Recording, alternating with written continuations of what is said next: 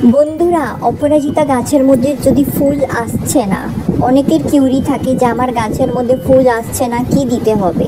এই একটি জৈব সার যদি আপনারা গাছের মধ্যে একবার দিয়ে দিন, সপ্তাহে একবার করে, তো গাছের মধ্যে অসংখ্য পরিমাণে ফুল আনতে খুব সাহায্য করবে। কোনো বাজার থেকেও কিনে আনা সার নয়, এটি ঘরোয়া সার, ঘরের সার। ঘরের জিনিস দিয়েই, জৈব জিনিস দিয়েই আমি আমার গাছের মধ্যে প্রচণ্ড পরিমাণে ফুল ফল এনে থাকি। শুধু অপরাজিতা গাছ নয়, আপনাদের কাছে যদি যে কোনো জবা গাছ, যে কোনো ফুল গাছ যদি থাকে, এই জিনিসটি একবার দিয়ে দিতে পারেন। এই জিনিসটি যদি গাছের মধ্যে একবার দিন, এটি খুব সাহায্য করবে গাছের মধ্যে ফুল আনতে। এটি গাছকে বুস্ট করে। তো অনেকের কিউরি থাকে যে ওদের গাছ বড় হচ্ছে, অপরাজিতা গাছ বা যে কোনো গাছ, সেটির মধ্যে ফুল নেই, ফুলের সংখ্যা একদমই নেই, কুড়িও আসছে না।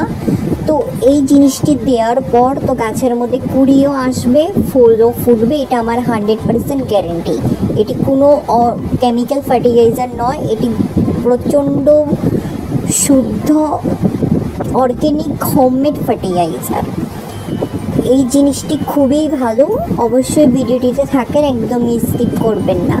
তো আজকের এই ভিডিওর মধ্যে আমি শেয়ার করব যে আপনারা আপনাদের গাছের মধ্যে অসংখ্য পরিমাণে ফুল, অসংখ্য পরিমাণে এরকম নতুন নতুন ব্রাঞ্চেস কী করে আনবেন।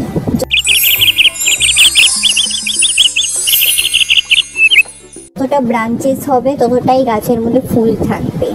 তো বন্ধুরা, আরেকটা জিনিস লক্ষ্য করবেন, আপনাদের অপরাজিতা গাছের মধ্যে যদি এরকম ফোটা ফুল যদি থাকে, যেরকম কালকের ফোটা ফুল আজকে গাছের মধ্যে থেকে গেছে, এগুলোকে সঙ্গে সঙ্গে তুলে নেবেন। কারণ এগুলো যদি গাছের মধ্যে থাকে, তো এগুলো গাছের মধ্যে আপনারা যে কোনো সারই দেন না কেন, গাছ ওই শুকনো ফুলটাকে আরও শুকাতে প্রচণ্ড এনার্জি ওয়েস্ট করে দেয়। তো গাছ থেকে এইসব পিক করে নেবেন। তারপর যদি গাছের মধ্যে এরকম দেখেন কোনো হলুদ পাতা অথবা গাছের মধ্যে এরকম বীজ আছে, বীজগুলোকেও তুলে নেবেন, না হলে গাছের পুরো এনার্জি এই বীজটাকে বড় হতে, বীজটাকে ম্যাচিওর হতে দিয়ে দেয়। তো এখানে যে গাছগুলো দেখতে পাচ্ছেন, এগুলো বীজ থেকেই আমি তৈরি করেছি।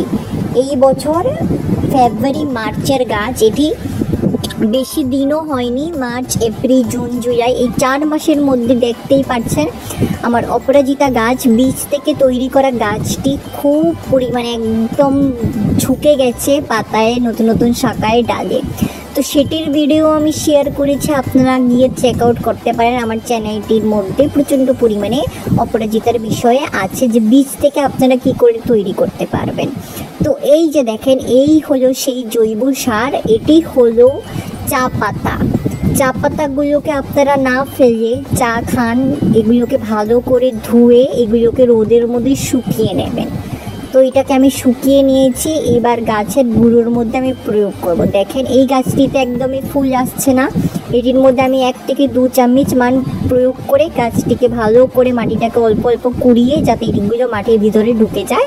তারপর অল্প পরিমাণে জল দিয়ে দেব। মাটিটাও শুকনো হয়ে আছে, তো আপনারা চেক করবেন এরকম যাতে মাটি শুকিয়ে না থাকে। যখনই দেখবেন মাটি শুকনো হয়ে গেছে, সঙ্গে সঙ্গে জল দিয়ে দেবেন। একদম দুপুরে জল একদমই দেবেন না, হয়তো সকালে দেবেন, না হয়তো বিকেলে 4টার পর দেবেন। এখন গরম সিজন, অপরাজিতার গ্রোয়িং টাইম, খুব প্রচণ্ড ফুলও ফুটবে। এটি হলো আমার মর্নিংয়ের ক্লিপ। দেখেন সকালে প্রচণ্ড ফুল ফুটেছে, একদম ঝুঁকে আছে গাছটি। তো বন্ধুরা চলুন আরেকটি জিনিস আপনাদের সঙ্গে শেয়ার করি। অনেকে বলে আমার গাছ শুকিয়ে যাচ্ছে, আমার গাছের মধ্যে কোনো পাতাই নেই। শুধু অপরাজিতা নয়, সমস্ত ফুল গাছের ব্যাপারেই বলছি। সেই সব গাছের মধ্যে আপনারা এই চা পাতা, এই শুকনো চা পাতা যদি 1-2 চামচ যদি গাছের মধ্যে দিন, সপ্তাহের মধ্যেই আপনারা ইনস্ট্যান্ট রেজাল্ট পাবেন। নতুন নতুন পাতাও হবে আর গাছও শুকনো থেকে বাঁচবে।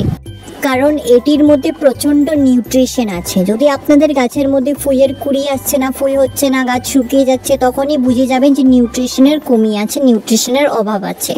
তো এরকম চা পাতাগুলোকে দিয়ে দেবেন, গাছ একদম সুস্থ হয়ে যাবে, এটি আমার গ্যারেন্টি।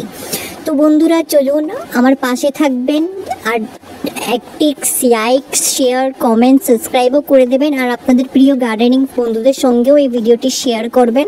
আপনাদের একটি সাপোর্ট আমাকে মোটিভেট করবে, যাতে আমি নতুন নতুন ভিডিও এরকম তৈরি করতে পারি।